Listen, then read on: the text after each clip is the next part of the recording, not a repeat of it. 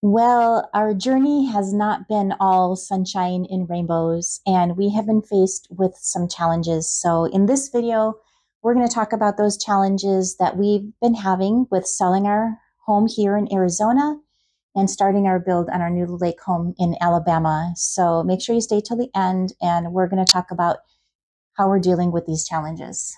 I'm Joe. And I'm Tracy, and this is our channel, Retirement in Color, where we talk about early retirement, selling our home in Arizona, building a new home on the lake in Alabama, and moving across the country. So we're so glad to have you here with us as we move along in this journey. So first, let's talk about the challenges that we've been having with selling our home. So I went ahead and did some research on the internet to find out what really the market is like today. And this is what I found out. And these figures are all from May. So basically, Phoenix is number 2 on the list of where people are moving to. So that should be good, right?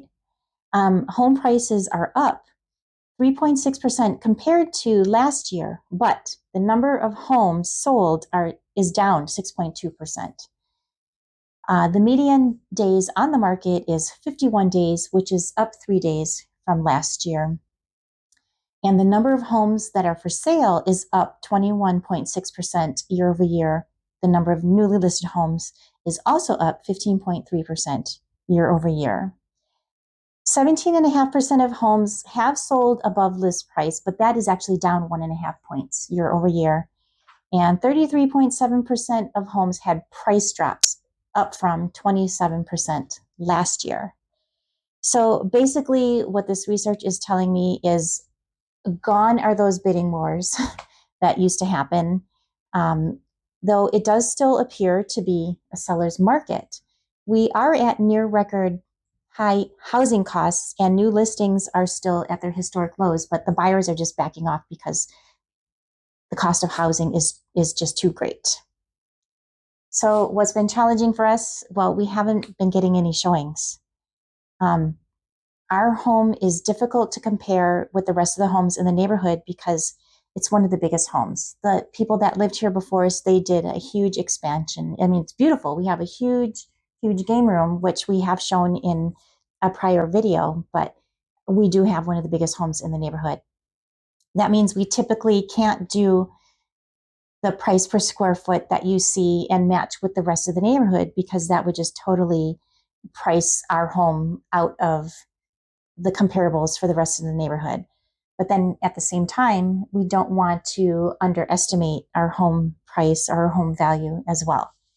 So we've been on the market for just over a month, and we've done one price decrease.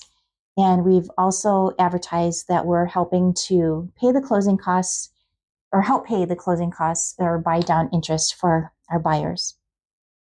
We've had several open houses, but the buyers just aren't coming through. Like, we'll have one and maybe one person will come through, and then we'll have another and like 7 groups will come through, and then we'll have another one and like nobody comes through. So it just hasn't been consistent.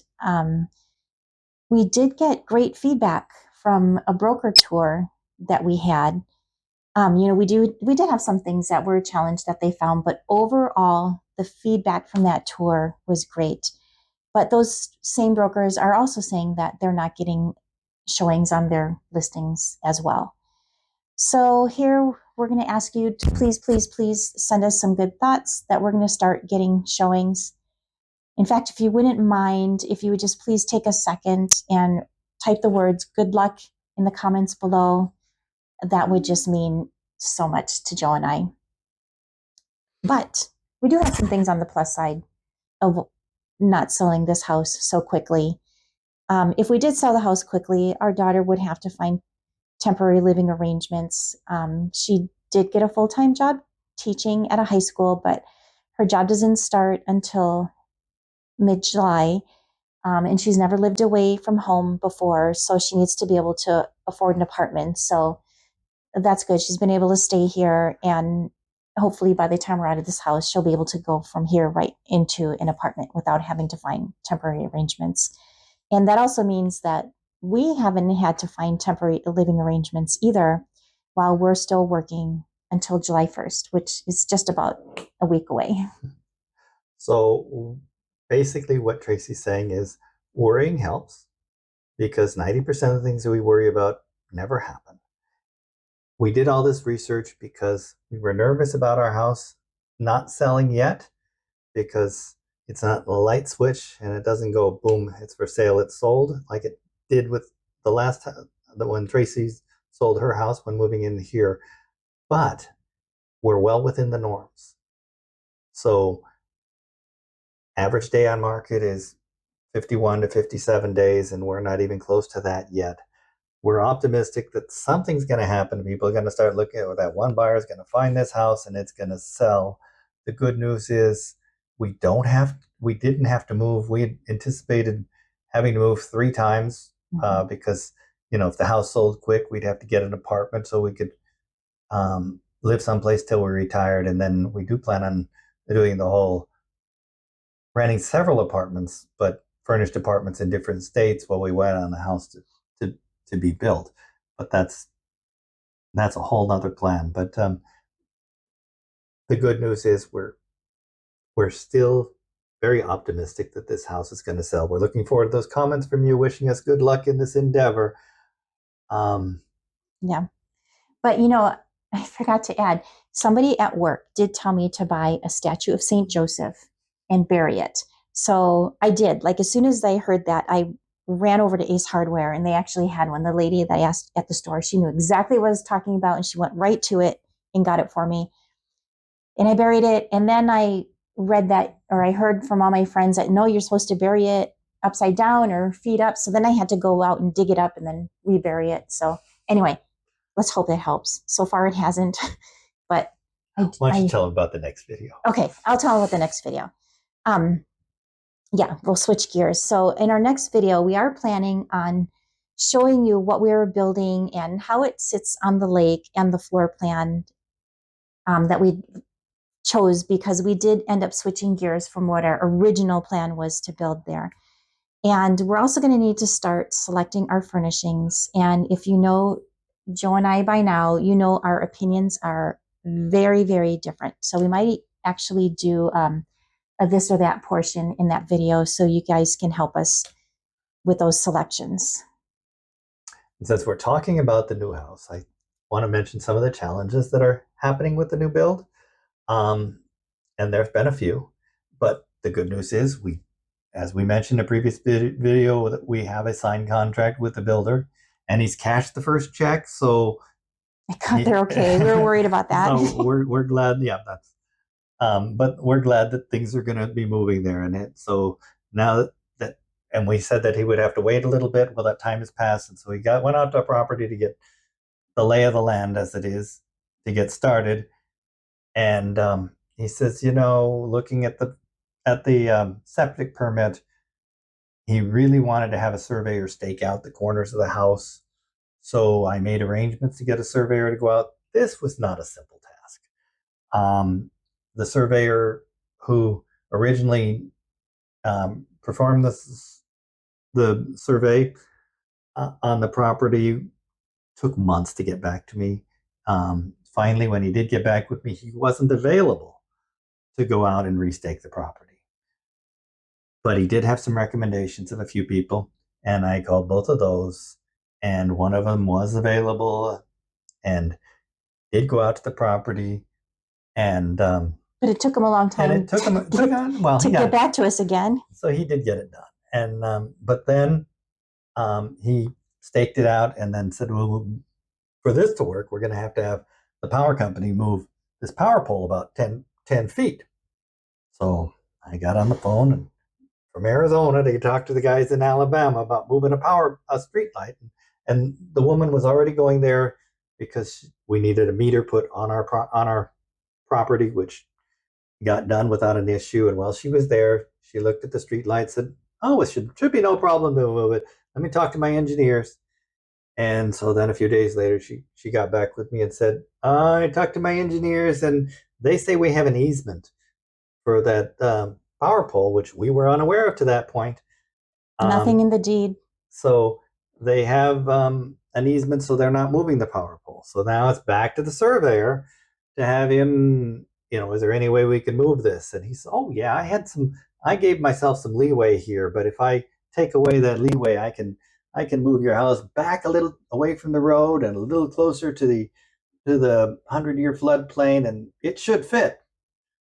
So, well, we did that on a call with the builder. So I've not heard back officially that this was done, but on our last call this week, that was slated to be done. And so we should have proper house placement staked out by the surveyor with the floodplains marked and the Alabama power easements on the lakeside, and now possibly the power easement on the street side, which we were previously unaware of. So those hiccups, the infrastructure portion is other infrastructure was water. Mm-hmm. Not a big deal, but a deal because it's not like your regular neighborhood. We're now a little bit in the sticks, so running water to our property is a little bit of infrastructure build. There's water to a house 300 yards. No, I guess it's more than that.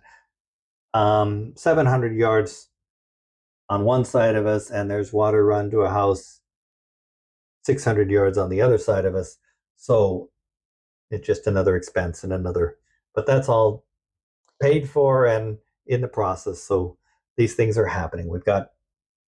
I'm sure there'll be more challenges, mm-hmm. but the infrastructure challenges seem to be behind us now. And hopefully our next video will be able to give you a better update that the footings are at least poured and the foundation's done or on its way. We